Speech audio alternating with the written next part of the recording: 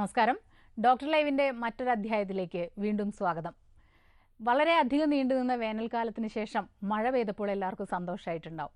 എന്നാൽ മഴക്കാലത്തോടൊപ്പം തന്നെ മഴക്കാല രോഗങ്ങളും വരാൻ തുടങ്ങി. മഴക്കാല രോഗങ്ങളിൽ പ്രധാനിയാണ് ഡെങ്കിപ്പനി. ജില്ലയിൽ തന്നെ പല ജില്ലകളിലും മലയോര ഗ്രാമങ്ങളിൽ പ്രത്യേകിച്ച് ഡെങ്കിപ്പനി പടർന്നു പിടിക്കുന്നതായിട്ട് റിപ്പോർട്ടുകളുണ്ട്.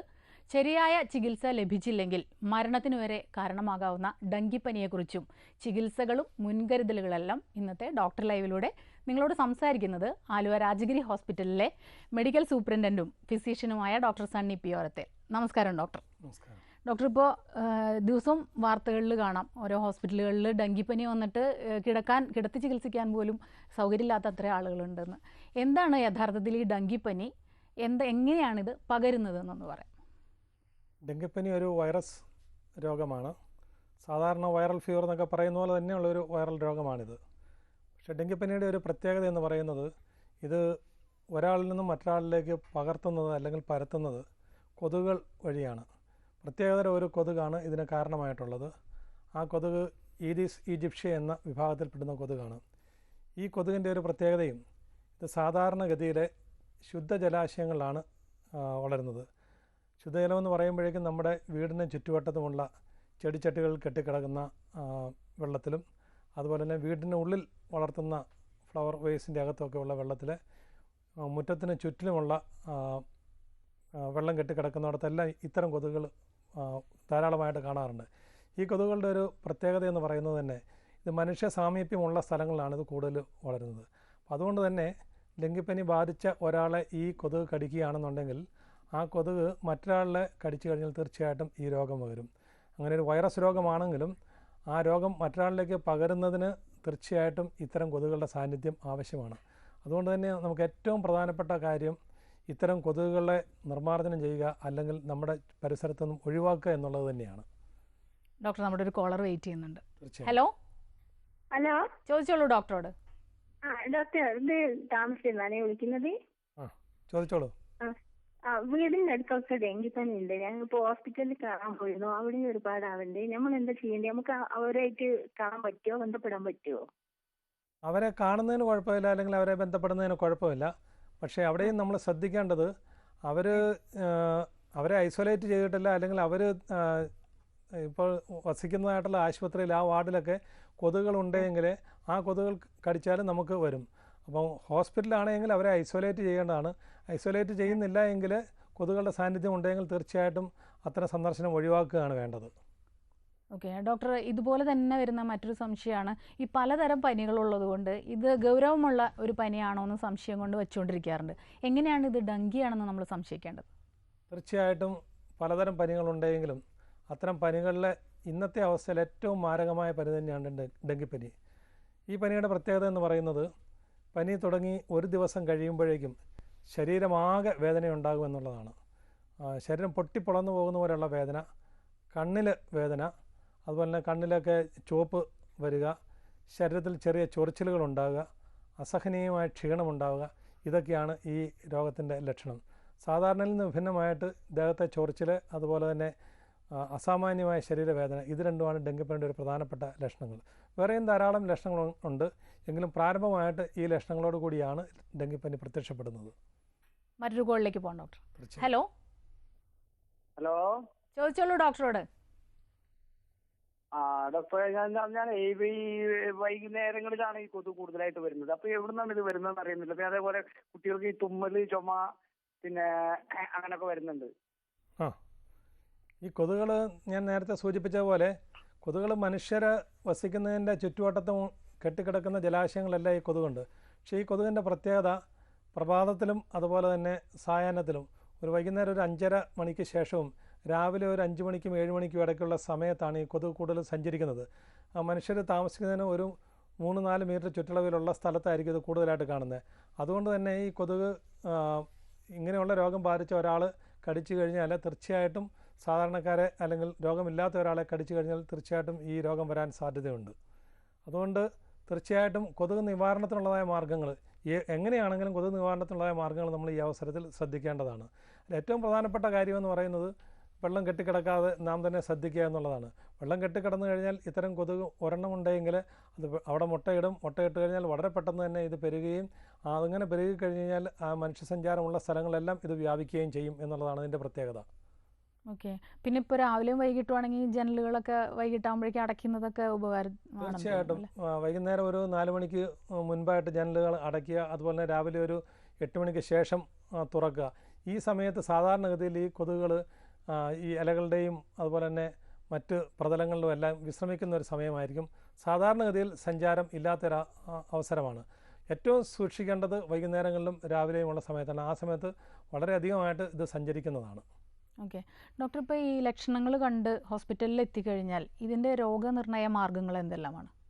രോഗനിർണയ മാർഗം ഏറ്റവും പ്രധാനപ്പെട്ടത് ഡോക്ടർക്ക് അങ്ങനെ ഒരു സംശയം ഉണ്ടാവുക എന്നുള്ളത് തന്നെയാണ്. അങ്ങനെ സംശയം ഉണ്ടെങ്കിൽ രക്തത്തിൻ്റെ കൗണ്ടുകൾ നോക്കും. അതുപോലെ തന്നെ രക്തത്തിൽ പ്ലേറ്റ്ലെറ്റ് എന്ന് പറയുന്നൊരു ഘടകമുണ്ട്. ആ പ്ലേറ്റ്ലെറ്റിൻ്റെ അളവ് നോക്കും. എല്ലാത്തരം വൈറൽ ഫീവറിനും പ്ലേറ്റ്ലെറ്റിൻ്റെ അളവ് കുറയാം.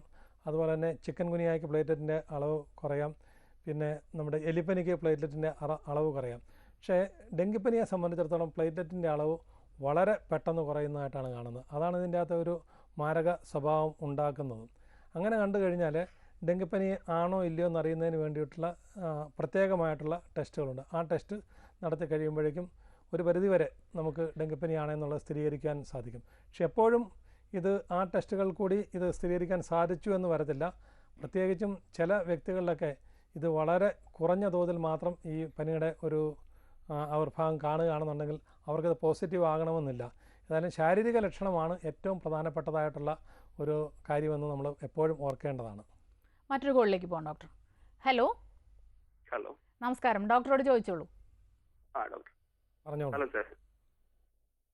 ഹലോ, പറഞ്ഞോളൂ കേൾക്കാം. സാറേ, ഡെങ്കിപ്പനിയാണെന്ന് തെളിഞ്ഞു കഴിഞ്ഞാൽ തെർമോസിന്റെ നീര് കൊടുത്തുകൊണ്ട് മാറ്റം ഉണ്ടാവും പറയുന്നത്, അത് ശരിയാണോ സാറേ? എന്തിൻ്റെ നീരാണ്?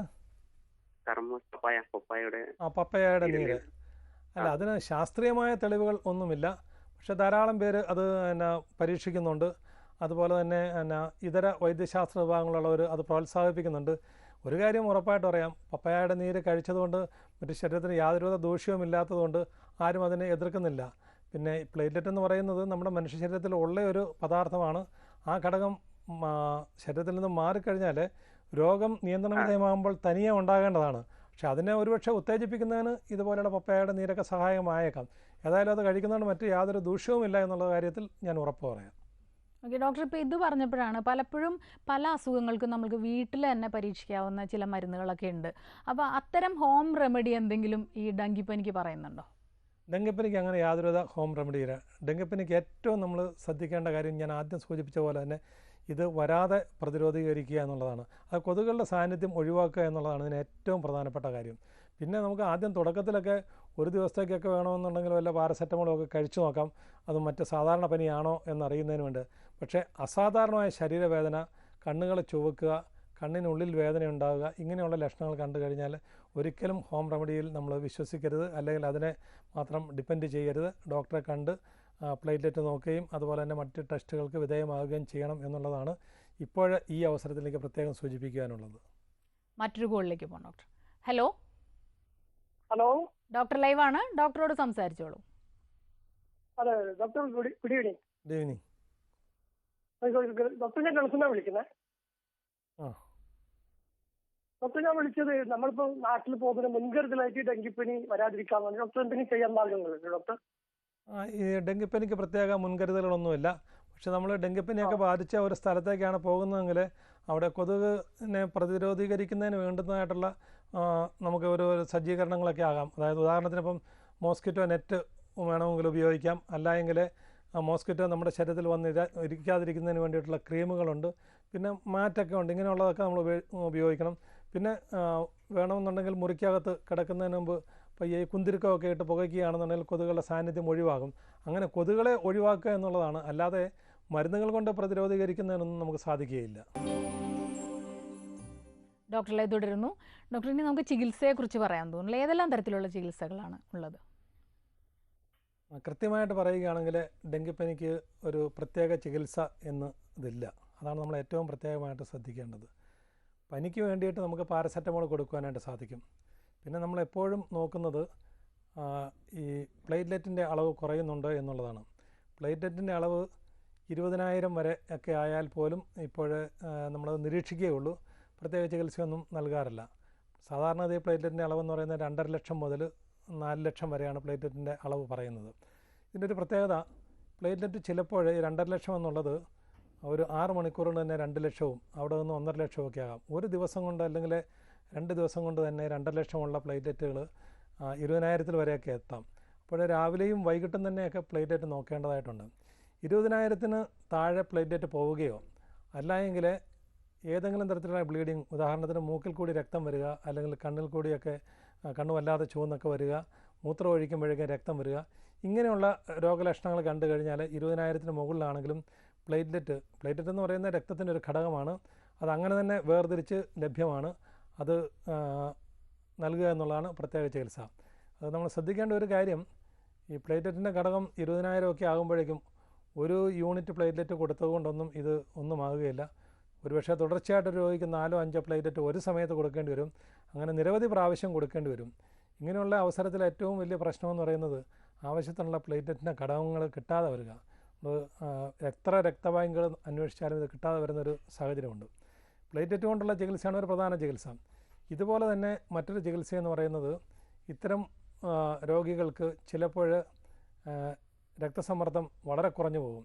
രക്തസമ്മർദ്ദം കുറഞ്ഞു പോയി കഴിഞ്ഞാൽ രക്തസമ്മർദ്ദം നിലനിർത്തുന്നതിന് വേണ്ടിയിട്ട് IV ഫ്ലൂയിഡ് കൊടുക്കുക എന്നുള്ളതാണ്. അതിൻ്റെയൊക്കെ വളരെ ഒരു ഡെലിക്കേറ്റ് ആയിട്ടുള്ളൊരു സിറ്റുവേഷനാണ്. ഡെങ്കിപ്പനിക്ക് രക്തസമ്മർദ്ദം കുറഞ്ഞു പോയാൽ സാധാരണ രോഗികൾക്ക് നൽകുന്ന പോലെ നമുക്ക് അമിതമായിട്ട് ഫ്ലൂയിഡൊന്നും കൊടുക്കാനായിട്ട് സാധിക്കില്ല. അപ്പോൾ എപ്പോഴും ഒരാശുപത്രിയിൽ നിതാന്തമായ ജാഗ്രതയോടുകൂടി ഒരു ഡോക്ടറുടെ കൃത്യമായിട്ടുള്ള നിരീക്ഷണത്തിൽ മാത്രമേ ഉള്ളൂ IV ഫ്ലൂയിഡ് കൊടുക്കുകയോ അല്ലെങ്കിൽ പ്ലേറ്റ്ലെറ്റ് കൊടുക്കുകയോ ചെയ്യേണ്ടി വരും. ഇതൊന്നും അല്ലാതെ പ്രത്യേകിച്ച് ഒരു മരുന്നും ഇതുവരെ ഡെങ്കിപ്പനിക്ക് കണ്ടുപിടിക്കപ്പെട്ടിട്ടില്ല എന്നുള്ളതാണ് സത്യം. അടുത്തൊരു കോളിലേക്ക് പോകാം ഡോക്ടർ. ഹലോ ഹലോ, ഡോക്ടറോട് ചോദിച്ചോളൂ. പിന്നെ hello, good afternoon. Good afternoon, ചോദിച്ചോളൂ. പിന്നെ ഞാൻ കഴിഞ്ഞ പ്രാവശ്യം എനിക്ക് ഡെങ്കിപ്പനി വന്നിരുന്നു. ഡെങ്കിപ്പനി വന്നിരുന്നു. അതുകൊണ്ട് ഇനി കേൾക്കാം. അതുകൊണ്ട് ഇനി വരുമോ എന്നുള്ളതായിരിക്കും സംശയം. Hello good afternoon. കേൾക്കാം, പറഞ്ഞോളൂ. കഴിഞ്ഞ പ്രാവശ്യം എനിക്ക് ഡെങ്കിപ്പനി വന്നിരുന്നു. അപ്പൊ ഈ പ്രാവശ്യം ഇനി വരുമോ എന്നുള്ളത് അറിയാനാ, വന്നവർക്ക് വരുമോ? അതാണ് ഏറ്റവും പ്രധാനപ്പെട്ട ഒരു ചോദ്യം. ഇത് ശരിക്കും ഈ ചോദ്യം ചോദിച്ചില്ലെങ്കിൽ തന്നെ ഞാൻ ഉത്തരം പറയണമെന്ന് കരുതിയിരുന്നതാണ്. ഒരിക്കൽ ഡെങ്കിപ്പനി ബാധിച്ച വ്യക്തിക്ക് വീണ്ടും ഡെങ്കിപ്പനി വരാനുള്ള സാധ്യതകളുണ്ട്. ഡെങ്കിപ്പനി എന്ന് പറയുന്നത് ആ വൈറസ് 4 തരം വൈറസ് ഉണ്ട്. നമുക്കൊരിക്കൽ ഒരു രോഗം ബാധിക്കുന്നത് ഏതെങ്കിലും ഒരു തരം വൈറസ് കൊണ്ടായിരിക്കാം. ആ വൈറസിന് തീർച്ചയായിട്ടും ജീവിതാവസാനം വരെ നമുക്ക് ഇമ്മ്യൂണിറ്റി ലഭിക്കും. മറ്റ് 4 വൈറസുകൾക്ക് ഒരു കുറച്ച് കാലത്തേക്ക് ചിലപ്പോൾ നമുക്കൊരു ഇമ്മ്യൂണിറ്റി ലഭിച്ചാൽ കൂടിയും ബാക്കി 3 തരം വൈറസിനെതിരെ നമുക്ക് ഇമ്മ്യൂണിറ്റി ലഭിക്കുന്നില്ല. അതുകൊണ്ട് നേരത്തെ കടിച്ച കൊതുകിൽ നിന്നും കിട്ടിയ വൈറസ് അല്ലാതെ പുതിയ ഒരു തരം വൈറസാണ് നമ്മുടെ ശരീരത്തിൽ വരുന്നതെങ്കിൽ തീർച്ചയായിട്ടും ഡെങ്കിപ്പനി വരും. ഇങ്ങനെ ഡെങ്കിപ്പനി വരുന്നത് വളരെ മാരകമായിരിക്കും. അതുകൊണ്ട് ഒരിക്കൽ ഡെങ്കിപ്പനി വന്നിട്ടുള്ളവർ തീർച്ചയായിട്ടും സാധാരണ ആളുകളെക്കാൾ കൂടുതൽ വളരെ ശ്രദ്ധാലുവാകേണ്ടതാണ്. കൊതുകുകളെ അകറ്റി നിർത്തുകയും ഇതുപോലുള്ള ഡെങ്കിപ്പനിയുള്ള സ്ഥലങ്ങളിൽ പോകാതിരിക്കുകയും ചെയ്യണം എന്നുള്ളത് ഞാൻ പ്രത്യേകം പ്രസ്താവിക്കുകയാണ്. ഇത് പ്രത്യേകം ശ്രദ്ധിക്കേണ്ട ഒരു കാര്യം അല്ലേ? ഏറ്റവും ശ്രദ്ധിക്കേണ്ട ഒരു കാര്യമാണ്. ഇപ്പോൾ ചിക്കൻ ബോക്സോ അല്ലെങ്കിൽ മറ്റ് പല അസുഖങ്ങളും ഉണ്ട്. ഒരിക്കൽ വന്നു കഴിഞ്ഞാൽ നമുക്ക് ലൈഫ് ലോങ് ഇമ്മ്യൂണിറ്റി കിട്ടും. ഡെങ്കിപ്പനിക്ക് ഇന്ന് വരെ അങ്ങനെ ഒരു റിപ്പോർട്ട് കിട്ടിയിട്ടില്ല. ഡെങ്കിപ്പനി ഒരിക്കൽ ബാധിച്ചു കഴിഞ്ഞ് വീണ്ടും അതിൻ്റെ മറ്റൊരു തരം വൈറസ് വന്നു കഴിഞ്ഞാൽ തീർച്ചയായിട്ടും വീണ്ടും ഡെങ്കിപ്പനി വരും. അത് വളരെ മാരകമായിരിക്കുകയും ചെയ്യും. മറ്റൊരു കോളിലേക്ക് പോകാം ഡോക്ടർ. ഹലോ ഹലോ, നമസ്കാരം. ഡോക്ടറോട് ചോദിച്ചോളൂ. നമസ്കാരം. ഹലോ, കേൾക്കാം, ചോദിച്ചോളൂ. ഡോക്ടറെ, ഈ ഡെങ്കിപ്പനിയെ അറിയുന്നത് എങ്ങനെയാണ്? അത് രോഗലക്ഷണത്തിലൂടെ നമുക്കറിയാൻ സാധിക്കും. നേരത്തെ പറഞ്ഞിരുന്നു, രോഗലക്ഷണത്തിലൂടെ അറിയാം. പിന്നെ രക്തപരിശോധനയിൽ നോക്കാം. രക്തപരിശോധന നടത്തുമ്പോഴേക്കും പ്ലേറ്റ്ലെറ്റ് കുറയുകയോ അല്ലെങ്കിൽ ഡെങ്കിക്ക് മാത്രമായിട്ടുള്ള ചില ടെസ്റ്റുകളൊക്കെ ഉണ്ട്. അത് ചെയ്ത് നോക്കുമ്പോൾ നമുക്കറിയാൻ സാധിക്കും ഡെങ്കിപ്പനി ആണോ ഇല്ലയോ എന്നുള്ളത്. ഡോക്ടർ, ഇപ്പോൾ ചികിത്സയെക്കുറിച്ച് പറഞ്ഞപ്പോൾ പറഞ്ഞു ഈ പ്ലേറ്റ്ലെറ്റ് ഘടകം വേർതിരിച്ചിട്ടാണ് നമ്മൾക്ക് കിട്ടുകയെന്ന്. അപ്പോൾ ഇത് ചികിത്സ എങ്ങനെയാണ്? ചിലവേറിയതാണോ ഇത്തരം? ചിലവേറിയതാണെന്ന് ചോദിച്ചു കഴിഞ്ഞാൽ അത്ര വലിയ ചിലവേറിയതൊന്നുമല്ല. പക്ഷേ ഇന്നിപ്പോൾ നമ്മൾ രക്തം കൊടുക്കുക എന്ന് പറയുന്നത് പണ്ട് കാലത്തൊക്കെ രക്തം ഒരാളിൽ നിന്നും എടുത്തു കഴിഞ്ഞാൽ അത് നേരെ മറ്റൊരു വ്യക്തിയിലേക്ക് കൊടുക്കുന്നതായിരുന്നു. ആ ഗ്രൂപ്പ് ചേർന്നാൽ കൊടുക്കുമായിരുന്നു. ഇപ്പോഴങ്ങനെയല്ല, രക്തത്തിൻ്റെ എല്ലാ ഘടകങ്ങളും വേർതിരിച്ചാണ് കൊടുക്കുന്നത്. അതിൻ്റെ അകത്ത് റെഡ് സെൽ കോർപ്പറസ് ഉണ്ട്. അതെല്ലാം നമ്മൾ ആവശ്യമുള്ള രോഗികൾക്ക്, അതായത് ഹീമോഗ്ലോബിൻ കുറഞ്ഞ വ്യക്തികൾക്കാണെന്നുണ്ടെങ്കിൽ ഇങ്ങനെയുള്ള രക്തങ്ങളാണ് കൊടുക്കുന്നത്. അതുപോലെ തന്നെ പ്ലാസ്മ രക്തത്തിൻ്റെ ഒരു ഘടകമാണ്. ആ പ്ലാസ്മ ആവശ്യമുള്ള രോഗികൾക്ക് പ്ലാസ്മ കൊടുക്കും. അപ്പോൾ ഈ റെഡ് സെൽസ് നമ്മൾ വേർതിരിക്കും, പ്ലാസ്മ വേർതിരിക്കും, അതുപോലെ തന്നെ ഈ പ്ലേറ്റ്ലെറ്റ് വേർതിരിക്കും, പിന്നെ മറ്റ് ചെറിയ ചെറിയ ഘടകങ്ങളൊക്കെ ഉണ്ട്. ഇങ്ങനെ ഈ ഘടകങ്ങളെല്ലാം വേർതിരിച്ച രക്ത യൂണിറ്റുകളാണ് നമ്മൾക്ക് കിട്ടുന്നത്. പക്ഷേ ഈ ഏറ്റവും വലിയ പ്രത്യേകത, ഡെങ്കിപ്പനി വരുമ്പോഴേക്കും ഒരു വ്യക്തിക്ക് തന്നെ ചിലപ്പോൾ 20-30 യൂണിറ്റുകളുടെയൊക്കെ ആവശ്യം വരും. അത് ഒരു സമയത്ത് ഡെങ്കിപ്പനി ഉണ്ടെങ്കിൽ അതിന് ചുറ്റുവട്ടത്തുള്ള ധാരാളം രോഗികളുണ്ടാകുക, അല്ലെങ്കിൽ ഒരു ഏരിയയിൽ ധാരാളം രോഗികൾ വരുമ്പോഴേക്കും ഒന്നല്ല പല രക്തബാങ്കുകൾ ഉണ്ടെങ്കിൽ കൂടിയും അവിടെ ഇത്തരത്തിലുള്ള ഘടകങ്ങൾ കാണുകയില്ല. 20 യൂണിറ്റ് പ്ലേറ്റ്ലെറ്റ് വേണമെന്ന് പറയുമ്പോൾ നമുക്ക് ഒരു കാര്യം മനസ്സിലാക്കണം. 20 വ്യക്തികളിൽ നിന്ന് എടുക്കുന്ന രക്തത്തിൻ്റെ അകത്ത് നിന്ന് 20 യൂണിറ്റ് കിട്ടുള്ളൂ. ഒരു വ്യക്തിയിൽ നിന്ന് 1 യൂണിറ്റ് മാത്രമേ നമുക്ക് ലഭ്യമാവുകയുള്ളൂ. അപ്പോൾ ഒരു വ്യക്തിക്ക് തന്നെ 20 വ്യക്തികളുടെ രക്തം വേണ്ടി വരുന്നു എന്നുള്ളതാണ് മറ്റൊരു കാര്യം നമ്മൾ ശ്രദ്ധിക്കേണ്ടത്. ഓക്കെ, അപ്പോൾ കിട്ടാനുള്ള ഒരു പ്രശ്നം, ലഭ്യതയുടെ വലിയൊരു പ്രശ്നമുണ്ട്. അടുത്തൊരു കോളിലേക്ക് പോകാം ഡോക്ടർ. ഹലോ ഡോക്ടറോട് ചോദിച്ചോളൂ, സംസാരിച്ചോളൂ, എന്താണ് സംശയം? ഹലോ ഡോക്ടർ, ഞാൻ അയർലൻഡിൽ നിന്നാണ് വിളിക്കുന്നത്. അപ്പൊ എനിക്ക് ഈ പിള്ളേര് നാട്ടിൽ വരുമ്പോഴത്തേനും കണ്ടമാനം കൊതുക് കടിക്കുന്നുണ്ട്. അതിന് എന്തെങ്കിലും മുൻകരുതലായിട്ട് ഈ എന്തെങ്കിലുമൊക്കെ ചെയ്യാനായിട്ട് എന്താ ചെയ്യേണ്ടതെന്ന് അറിയാൻ വേണ്ടിയിട്ട് വിളിക്കുന്നതാണ്. അതെ, നമ്മൾ എവിടെ നിന്ന് വന്നാലും എവിടേക്ക് പോയാലും കൊതുകുകളുള്ള സ്ഥലത്തേക്കാണ് പോകുന്നതെങ്കിൽ നമ്മൾ മുൻകരുതൽ, വ്യക്തിപരമായിട്ടുള്ള മുൻകരുതലുകൾ എടുക്കണം. ഞാൻ നേരത്തെ സൂചിപ്പിച്ചല്ലോ, അങ്ങനെ കൊതുക് നിവാരണത്തിനുള്ളതായ പദ്ധതികളും ഒക്കെ നമുക്ക് തന്നെ ഉണ്ടായിരിക്കണം. നമ്മൾ കൊതുക് വല വേണമെങ്കിൽ നമുക്ക് കൊണ്ടു നടക്കാവുന്നതാണ്. പിന്നെ അതല്ല എങ്കിൽ കൊതുകിനെ അകറ്റി നിർത്തുന്നതിന് മാറ്റ്, പിന്നെ കൊതുകില്ല എന്ന് ഉറപ്പ് വരുത്തുന്നതിന് വേണ്ടിയിട്ട് അവിടെ മുറിക്കകത്ത് ഫോഗിങ് ഒക്കെ നടത്താവുന്നതാണ്. പിന്നെ നമ്മൾ എങ്ങോട്ടാണോ പോകുന്നത് അവിടെ കൊതുക് ധാരാളം ഉണ്ടെങ്കിൽ അവിടെ നമ്മുടെ സ്വന്തക്കാരൊക്കെയാണുള്ളതെങ്കിൽ അവരോട് ചോദിക്കണം. അപ്പോൾ അവരും ഇതിനെക്കുറിച്ചൊക്കെ ഒരു ശ്രദ്ധാലുവാകണം. വിദേശത്തു നിന്ന് വരുന്നവരൊക്കെ ആകുമ്പോഴേക്കും നമ്മളൊരു കാര്യം ശ്രദ്ധിക്കേണ്ടത്, നാട്ടിലുള്ളവർ വളരെ ഇക്കാര്യത്തിൽ ഒരു പരിധിവരെയൊക്കെ അശ്രദ്ധയുണ്ട് അവർക്ക്. കാരണം അവരെന്നും കൊതുക് കടിക്കുന്നുണ്ട്, അതുകൊണ്ട് ഇതൊന്നും സാരമില്ല എന്നായിരിക്കും. പക്ഷേ നമ്മൾ വരുമ്പോഴേക്കും നമ്മൾ ഇങ്ങനെയുള്ളൊരു ഏരിയയിലേക്കാണ് വരുന്നതെന്ന് പറയുമ്പോൾ ഒരു മുൻകരുതൽ എന്നാണ് അവരോട് പറയുമ്പോഴേക്കും അവർക്ക് വളരെ ലളിതമായിട്ട് ചെയ്യാവുന്ന കാര്യങ്ങളാണ്. ഈ വെള്ളമൊക്കെ കെട്ടിക്കിടക്കുന്ന ഒഴിവാക്കുകയും കൊതുകിനെ നിർമ്മാർജ്ജനം ചെയ്യുകയൊക്കെ ചെയ്യുന്നത് തീർച്ചയായിട്ടും ഒഴിവാക്കാൻ പറ്റുന്നതാണ്. നമ്മുടെ ചുറ്റുവട്ടത്തും കെട്ടിക്കിടക്കുന്ന വെള്ളത്തിൽ കൂടെ മാത്രമേ ഈ കൊതുകുകൾ വരുള്ളൂ. ഈ കൊതുകിൻ്റെ ഒരു പ്രത്യേകത ഞാൻ പറയാൻ വിട്ടുപോയ ഒരു കാര്യമാണ്, ഇത് അധിക ദൂരത്തൊന്നും സഞ്ചരിക്കുന്ന കൊതുകുകളല്ല. അപ്പോൾ ഒരു വീടിൻ്റെ ചുറ്റുവട്ടത്തുള്ളൊരു കൊതുക് 20-30 മീറ്റർ അകലെയുള്ള ഒരു വീട്ടിൽ പോയി മറ്റൊരാളെ കടിക്കുകയില്ല. അപ്പോൾ നമ്മുടെ ചുറ്റുവട്ടത്തും ഈ കൊതുക് ഇല്ല എന്ന് നമ്മൾ ഉറപ്പ് വരുത്തി കഴിഞ്ഞാൽ തീർച്ചയായിട്ടും അതിനുള്ളിൽ വസിക്കുന്ന എല്ലാവർക്കും അത് സുരക്ഷിതമായിരിക്കും എന്നുള്ളത് നമ്മൾ മനസ്സിലാക്കേണ്ടതാണ്.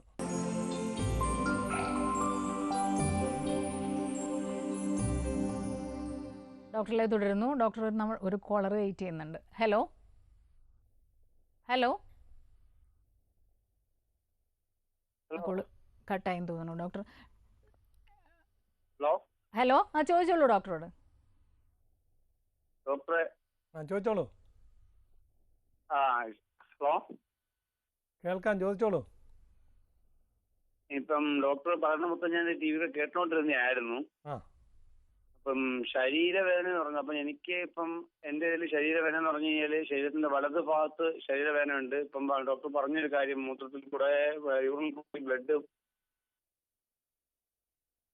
രക്തം പോകുന്നുണ്ട്, അതൊക്കെ ആയിരിക്കും പ്രശ്നം. ഇത് നമ്മൾ ഡെങ്കിപ്പനിയായിട്ട് എടുക്കേണ്ട കാര്യമില്ല. ഇപ്പോൾ പറഞ്ഞത് കേട്ട് ശരീരത്തിൻ്റെ വലതുഭാഗത്ത് വേദനയുണ്ട്, മൂത്രത്തിൽ കൂടി രക്തം പോകുന്നു എന്ന് പറയുമ്പോഴേക്കും അത് മൂത്രാശയത്തിൽ അല്ലെങ്കിൽ മൂത്രക്കുഴലിലോ അല്ലെങ്കിൽ കിഡ്നിയിലോ കല്ലുള്ളത് കൊണ്ടായിരിക്കാനാണ് കൂടുതൽ സാധ്യത. നമ്മൾ ഈ ശരീരത്തിൽ വേദനയെന്ന് പറയുന്നത് പനിയോട് കൂടിയ ശരീരവേദനയാണ്. അത് ഒരു ഭാഗത്ത് മാത്രമല്ല, ശരീരമാസകലം ശരീരത്തിൻ്റെ എല്ലാ ഭാഗത്തും വേദന ഉണ്ടാവുക, തലവേദന, ശക്തമായ തലവേദന ഉണ്ടാവുക, ഛർദ്ദിലുണ്ടാവുക, ഇങ്ങനെയുള്ള അവസരത്തിലാണ് നമ്മൾ അത് ഡെങ്കിയുടെ ഒരു ലക്ഷണമായിട്ട് എടുക്കേണ്ടത്. അല്ലാതെ മൂത്രത്തിൽ രക്തം പോകുന്നു അല്ലെങ്കിൽ ശരീരത്തിൻ്റെ ഒരു ഭാഗത്ത് വേദന ഉണ്ടാകുന്നെന്ന് പറയുമ്പോഴേക്കും കിഡ്നിയിൽ കല്ലോ അല്ലെങ്കിൽ കുഴലിൽ കല്ലോ എല്ലോ ഉണ്ടോ എന്നുള്ളതൊക്കെയാണ് നമ്മൾ പരീക്ഷിച്ച് നോക്കേണ്ടത്. മറ്റൊരു കോളിലേക്ക് പോകാം ഡോക്ടർ. ഹലോ ഹലോ, നമസ്കാരം, ചോദിച്ചോളൂ. നമസ്തേ. ഞാൻ ഡൽഹിയിൽ നിന്നാണ് വിളിക്കുന്നത്. എനിക്ക് ഡെങ്കിപ്പനിയെ കുറിച്ചല്ല ചോദിക്കാനുള്ളത്. എൻ്റെ മോക്ക് ഈയിടയിൽ ചിക്കൻ ബോക്സ് വന്നിരുന്നു. അവർക്ക് അത് കഴിഞ്ഞതിന് ശേഷം ഈ എല്ലിനെല്ലാം ഭയങ്കര വേദന. അത് അതിന്റെ സൈഡ് എഫക്ട് വല്ലതും ആണോ എന്താണെന്ന് അറിയാൻ വേണ്ടിയാണ്. ചിക്കൻ ബോക്സ് വന്നു കഴിഞ്ഞാൽ ചിക്കൻ ബോക്സും ഒരു വൈറസ് രോഗം തന്നെയാണ്. അതുകൊണ്ട് ശരീരത്തിൻ്റെ എല്ലാ കോശങ്ങളെയും അത് ബാധിക്കുന്നതാണ്. തീർച്ചയായിട്ടും ചിക്കൻ ബോക്സ് വന്നതിന് ശേഷം ഒരു 2-3 ആഴ്ചത്തേക്ക് ശരീരമാസകലം വേദനയൊക്കെ ഉണ്ടാകും. കാരണം അത് ബോഡിയുടെ ആ ഒരു ഇമ്മ്യൂൺ മെക്കാനിസത്തെ മുഴുവൻ തകർക്കുന്നതാണ് ചിക്കൻ ബോക്സിൻ്റെ ഒരു വരവൊക്കെ. അതുകൊണ്ട് തീർച്ചയായിട്ടും അതിന് വിശ്രമമൊക്കെ എടുത്ത് നല്ല ഭക്ഷണമൊക്കെ കഴിച്ച് കഴിഞ്ഞാൽ 1-2 ആഴ്ച കൊണ്ട് അത് പരിപൂർണമായിട്ട് ഭേദമാകും. ഡോക്ടർ, ഇപ്പോൾ കൊതുക് പരത്തുന്നതാണല്ലോ ഈ ഡെങ്കിപ്പനി. ഈ കൊതുക് തന്നെ കഴിച്ചാൽ വേറെ ഏതെങ്കിലും അസുഖം വരുമോ? ഇതും വളരെ നല്ലൊരു ചോദ്യമാണ്. പ്രത്യേകിച്ചും കേരളത്തെ പോലുള്ള സംസ്ഥാനത്ത് ഇതൊക്കെ ശ്രദ്ധിക്കേണ്ടതാണ്. ഒരു 5-6 വർഷം മുൻപ് കേരളമാകെ പടർന്നു പിടിച്ച ഒരു അസുഖമാണ് ചിക്കൻ ഗുനിയ എന്ന് പറയുന്നത്.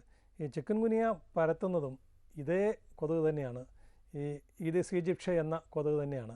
അപ്പോൾ ചിക്കൻ ഗുനിയ പരത്താനായിട്ടും കഴിവുണ്ട്, ഡെങ്കിപ്പനിയും പരത്താനായിട്ട് കഴിവുള്ളതാണ് ഈഡിസ് ഈജിപ്ഷ്യ. ഭാഗ്യവശാൽ ഇപ്പോഴേ നമ്മുടെ നാട്ടിൽ ഈ ചിക്കൻ ഗുനിയയുടെ വൈറസ് ഇല്ല. അതുകൊണ്ട് നമ്മൾ ചിക്കൻ ഗുനിയ വരികയില്ല എന്ന് നമുക്ക് പ്രതീക്ഷിക്കാം. പക്ഷേ ചിക്കൻ ഗുനിയയുടെ വൈറസ് നമ്മുടെ ഇവിടെ ഉണ്ടെങ്കിൽ ഇപ്പോഴീ ഡെങ്കിയുടെ വൈറസും കൂടി ഉള്ളപ്പോൾ ഒരു വ്യക്തിക്ക് തന്നെ ഇത് രണ്ടും ബാധിച്ചു വന്നിരിക്കാം. പിന്നെ ഇതേ കൊതുക് തന്നെ പരത്തുന്ന മറ്റൊരു രോഗമാണ് യെല്ലോ ഫീവർ. ഭാഗ്യവശാൽ അത് നമ്മുടെ നാട്ടിലില്ല, ആഫ്രിക്കൻ രാജ്യങ്ങളിലേ ഉള്ളൂ. അപ്പോൾ ആഫ്രിക്കൻ രാജ്യങ്ങളിൽ ഇതൊരു വലിയ പ്രശ്നമാണ്. ആഫ്രിക്കൻ രാജ്യങ്ങളിൽ ഇത് 3 ഉണ്ട്. ചിക്കൻ ഗുനിയയുണ്ട്, ഡെങ്കി ഫീവറുണ്ട്, അതുപോലെ തന്നെ ഈ യെല്ലോ ഫീവറും ഉണ്ട്. അപ്പോൾ ഒരു വ്യക്തിക്ക് തന്നെ ഇത് 3ഉം സംഭവിച്ചുകൂടായെന്നില്ല. ഒരേ ഗ്രൂപ്പിലുള്ള കൊതുകുകൾ തന്നെ ഈ 3 രോഗവും 3 വൈറസും പരത്തുവാനായിട്ട് സാധിക്കുന്നതാണ്. മറ്റൊരു കോളിലേക്ക് പോകാം ഡോക്ടർ. ഹലോ ഹലോ, ഡോക്ടറോട് സംസാരിച്ചോളൂ. ശരി ഡോക്ടർ. ചോദിച്ചോളൂ. ഡോക്ടർ, എൻ്റെ പേര് സാൽവിൻ എന്നാണ്. അത് എൻ്റെ പുറത്തും കയ്യിലും ഒരു മുഴകൾ പോലെ കാണപ്പെടുന്നു. അതായത് കയ്യിലൊരു ചെറിയ മുഴ, പുറത്തൊരു വലുതായിട്ടുള്ള മുഴ, സ്കിന്നില്. അത് ഇതുമായിട്ടുള്ള ലക്ഷണങ്ങളൊന്നും ആയിരിക്കില്ല. ശരീരത്തിൽ കഴലുകളൊക്കെ വലുതാകാം. ഇതെല്ലാം ഞാൻ നേരത്തെ സൂചിപ്പിച്ച പോലെ അതിശക്തമായ പനിയും അതിനോടൊപ്പം ഈ ശരീരവേദനയും ഒക്കെ ഉണ്ടെങ്കിലേ ഉള്ളൂ ഇത്തരം മുഴകളൊക്കെ ഇതിൻ്റെ ഒരു ലക്ഷണമായിട്ട് എടുക്കേണ്ടുള്ളൂ.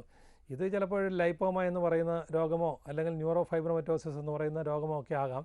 ഇത്തരം രോഗങ്ങളുണ്ടോ ഇല്ലയോ എന്നുള്ളത് ഹോസ്പിറ്റലിൽ പോയാൽ ഡോക്ടർമാർ പരിശോധിച്ചതിന് ശേഷം ഒരുപക്ഷെ അതിന് ഇപ്പോൾ FNAC, അതായത് ഫൈൻ നീഡിൽ ആസ്പിറേഷൻ എന്ന് പറയും, അങ്ങനെ ചെയ്യുമോ അല്ലെങ്കിൽ എക്സിഷൻ ബയോപ്സി ഒക്കെ ചെയ്ത് കഴിഞ്ഞാൽ അതെന്താണെന്ന് അറിയാൻ സാധിക്കും. ഏതായാലും നമ്മുടെ ഇപ്പോൾ നമ്മൾ ചർച്ച ചെയ്യപ്പെടുന്ന ഡെങ്കിപ്പനിയുമായിട്ട് അതിന് യാതൊരു തര ബന്ധവും ഉണ്ടോ എന്ന് തോന്നുന്നില്ല. ഓക്കെ ഡോക്ടർ, ചില പനികൾ അല്ലെങ്കിൽ അസുഖങ്ങൾ വരുമ്പോൾ നമ്മൾ ശ്രദ്ധിക്കുന്ന ഒരു കാര്യം, ആരോഗ്യമുള്ള ചിലർ അത് അവഗണിക്കും. കാരണം അങ്ങനെ ഇങ്ങനെയുള്ള അസുഖങ്ങളൊന്നും നമ്മളെ ബാധിക്കില്ല. ഈ ഡെങ്കിപ്പനിക്ക് എങ്ങനെയാണ്? ആരോഗ്യമുള്ള ശരീരത്തിൽ ഇത് അതിൻ്റെ ഇമ്പാക്റ്റ് കൂടുതലോ കുറവോ അങ്ങനെയൊക്കെ ഉണ്ടോ? ഇമ്പാക്റ്റ് കൂടുതലും കുറവും ഒന്നുമില്ല. പക്ഷേ ഡെങ്കി വൈറസിനോ അല്ലെങ്കിൽ ഇത് കുത്തുന്ന അനോഫിലസ് കൊതുകിനോ അത് ആരോഗ്യമുള്ള വ്യക്തിയെന്നോ അനാരോഗ്യമുള്ള വ്യക്തിയെന്നോ അല്ല മറ്റു രോഗമുള്ള വ്യക്തിയെന്നൊന്നും യാതൊരു നോട്ടവുമില്ല. ആരെ കടിച്ചു കഴിഞ്ഞാലും ഡെങ്കി വരും എന്നുള്ള കാര്യം ഉറപ്പാണ്. ഒരുപക്ഷെ നല്ല ആരോഗ്യവാനായ വ്യക്തിയിൽ ഡെങ്കിയുടെ വൈറസ് ബാധിച്ചു കഴിഞ്ഞാൽ മറ്റുള്ളവർക്ക് ഉണ്ടാകുന്ന അത്രയും ശാരീരിക അസ്വാസ്ഥ്യങ്ങളോ ശാരീരിക ക്ഷീണമോ അല്ലെങ്കിൽ കോംപ്ലിക്കേഷനോ വരികയില്ലായിരിക്കാം. പക്ഷേ വരും എന്നുള്ള കാര്യത്തിൽ സംശയമൊന്നുമില്ല. പിന്നെ ഇത് ഡെങ്കി ഈ വൈറസ് ബാധിക്കുന്ന എല്ലാ വ്യക്തികളോ അല്ല കൊതുക് കടിക്കുന്ന വ്യക്തികൾക്കെല്ലാം പൂർണ്ണതോതിലുള്ളതായ ഒരു ഡെങ്കിപ്പനി വരണമെന്ന് നിർബന്ധമില്ല. അത് ഞങ്ങൾ പറയുന്ന ഒരു അബോർട്ടീവ് ഫീവർ എന്നൊക്കെ പറയും. അതായത് രോഗലക്ഷണങ്ങളൊക്കെ വന്ന് അങ്ങ് പോകുന്ന തരത്തിലൊക്കെ. പൂർണ്ണ ആരോഗ്യവാനാണെങ്കിൽ അത്തരത്തിലൊക്കെ ഒരു പ്രൊട്ടക്ഷൻ കിട്ടും എന്നുള്ളതല്ലാതെ ആരെയും ഇത്തരം വൈറസ് ഒഴിവാക്കുകയോ അല്ലെങ്കിൽ ഇത്തരം കൊതുകുകൾ കടിച്ചാൽ ആർക്കും രോഗം വരികയില്ല എന്നോ നമുക്ക് പറയാൻ സാധിക്കുകയില്ല. കൃത്യമായി ചികിത്സിക്കാതിരുന്നാൽ വരാവുന്ന കോംപ്ലിക്കേഷൻ ഞാൻ നേരത്തെ സൂചിപ്പിച്ച പോലെ ഈ പ്ലേറ്റ്ലെറ്റിൻ്റെ ഘടകം ശരീരത്തിൽ നിന്ന് വളരെ കുറഞ്ഞു പോയാൽ ത്രോംബോസൈറ്റോപീനിയ എന്ന് പറയുന്ന ഒരവസ്ഥയുണ്ടാകും. ഈ അവസ്ഥ ഉണ്ടായിക്കഴിഞ്ഞു കഴിഞ്ഞാൽ ശരീരത്തിൽ വേണമെന്നുണ്ടെങ്കിൽ രക്തസ്രാവമൊക്കെ ഉണ്ടാകാം. അത് മൂക്കിൽ കൂടി രക്തം വരാം. അതുപോലെ തന്നെ ശരീരത്തിൻ്റെ അകത്തുള്ള ആന്തരിക അവയവങ്ങളിൽ എവിടെ വേണമെങ്കിലൊക്കെ രക്തസ്രാവമൊക്കെ ഉണ്ടാകാനായിട്ട് സാധിക്കും. മരണം സംഭവിക്കാനൊരു പ്രധാനപ്പെട്ട കാരണം അതാണ്. മറ്റൊരു പ്രധാനമായിട്ടുള്ള കാര്യമെന്ന് പറയുന്നത് ബ്ലഡ് പ്രഷർ കുറഞ്ഞു പോവുക, ഹൈപ്പോടെൻഷൻ ഉണ്ടാകുക. അതും ഈ ശരീരത്തിൻ്റെ അകത്ത് രക്തക്കുഴലുകൾക്ക് ഉണ്ടാകുന്ന ചില വ്യത്യാസങ്ങൾ കൊണ്ടൊക്കെയാണ് അങ്ങനെ ബ്ലഡ് പ്രഷർ കുറഞ്ഞു പോകാം. ഏറ്റവും പ്രധാനമായിട്ട് ശ്രദ്ധിക്കേണ്ട ഒരു കാര്യം, നമ്മൾ ഒരുപക്ഷെ വളരെ ഒന്നും സംഭവിക്കുകയില്ല എന്ന് കരുതിയിരിക്കുന്ന വ്യക്തികൾക്ക് പോലും ഹാർട്ടിന് പ്രശ്നങ്ങളൊക്കെ ഉണ്ടാകാം. മയോകാർഡൈറ്റിസ് എന്ന് പറയുന്ന ഒരു രോഗം, അതായത് ഹാർട്ടിൻ്റെ പെട്ടെന്ന് താളം തെറ്റിയുള്ള ഒരു ഇടിപ്പുണ്ടാകുക, അമിതമായ ഇടിപ്പുണ്ടാകുക, പെട്ടെന്ന് അതിൻ്റെ പമ്പിങ് കുറഞ്ഞു പോവുക, അങ്ങനെ മരണം സംഭവിക്കുക എന്നുള്ളത് ഒരു പ്രധാനപ്പെട്ട കാര്യമാണ്. ഈ അടുത്ത കാലത്ത് ഡെങ്കി പനി ബാധിച്ച് മരിച്ച നിരവധി വ്യക്തികൾക്ക് ഡെങ്കി മയോകാർഡൈറ്റിസ് ആണ് എന്നുള്ളത് തെളിയിക്കപ്പെട്ടിട്ടുണ്ട്. അതുകൊണ്ട് ഈ രോഗം വന്നു കഴിഞ്ഞാൽ പരിപൂർണ വിശ്രമം വേണം എന്നുള്ള കാര്യത്തിൽ യാതൊരു സംശയമില്ല. രോഗം ഭേദമായാലും ചുരുങ്ങിയത് ഒരു 10 ദിവസം വരെ അമിതമായിട്ടുള്ള എക്സർസൈസൊക്കെ ചെയ്യാതെ വളരെ ലളിതമായിട്ടുള്ള ജീവിതം നയിക്കുകയും കൃത്യമായ ആഹാരം കഴിക്കുകയും ഒക്കെ ചെയ്യേണ്ട വളരെ അത്യാവശ്യമാണ്. ഡോക്ടർ, വളരെയധികം നന്ദി. നമ്മുടെ ഇന്നത്തെ എപ്പിസോഡ് വൈൻഡപ്പ് ചെയ്യാനുള്ള സമയമായിരിക്കുകയാണ്. ഇന്നത്തെ ഡോക്ടർ ലൈവ് ഇവിടെ അവസാനിക്കുന്നു. നമസ്കാരം.